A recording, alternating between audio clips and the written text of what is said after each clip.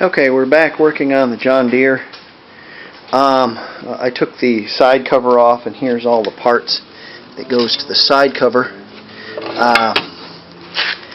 I got myself a new brake pad for the clutch because this one's wore out. So we're going to have to clip that on there. We'll see how that goes on. In order to take the side cover off, I had to take the brake off the right side. I'm going to take the brake off the left side as well. I had to hammer it apart in order to get it apart. It was really bad. The adjustment screw, I tried to take the adjustment screw and adjust it, and it broke off. So I ordered another one from Rusty Acres, so I got that. The brake shoes were questionable. This one isn't too bad. This one's rusted really bad and half of it's missing. So I ordered some. He had 3 used. This one's kind of questionable, but I think these two will work all right. So if the other one has a bad brake shoe, I can use one of these as well. When I took this apart, I took the, let's see here.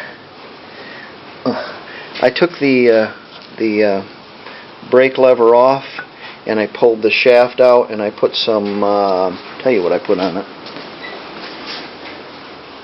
I used some of this anti-seize, and it's heat proof. It's like for brakes. And then took this, pounded this out, and put anti-seize on this little deal where it contacts the brake shoes. And these pieces here as well that slide back and forth for the adjuster. And so when I put this thing all back together again, it should adjust. I just kind of generally cleaned it up a little bit. I'm not really doing too much to it, just making it so it works.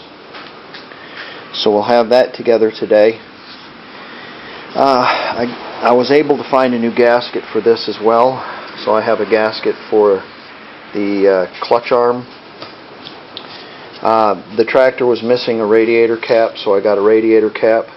The radiator will have to be repaired where there's 3 little tits that hold the cap in place, and there's only one left. This is the finished carburetor float bowl after I coated it with that plastic stuff. It's marvelous. It looks just wonderful. Works very well. Here's the same. It's the inside of the oil bath. Here's the oil bath insert that's going to go in there. It's a little crusty. I run it through the sandblaster once really quick to knock all the big junk off of it, and I think it'll work fine. Oh, sorry about that. I put my air cleaner all back together. It looks terrible, but it'll work. It's not full of mudhauber's nests anymore, and it ought to pass more air. I made a gasket here. I just cut it out and made it, and then put a little ultra gray on it, and then bolted it all back together. I'm going to need to find a pipe too that goes to the engine for the crankcase ventilation pipe. Once I get this mounted all up, I might paint it a little better. And our screen worked out really nice. Like I said, I JB welded a screen on here to keep the hornets out. I'm not sure that might be what's wrong with the other tractor, as it runs pretty rich. It also might have a can of peaches for a air cleaner.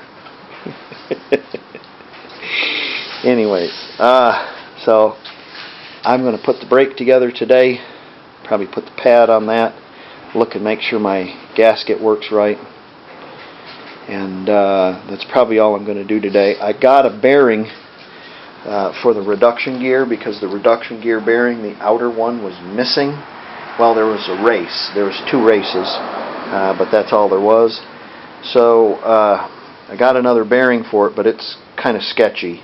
It's kind of loose. So I'm going to go down to a bearing company and see if I can't find a bearing for it.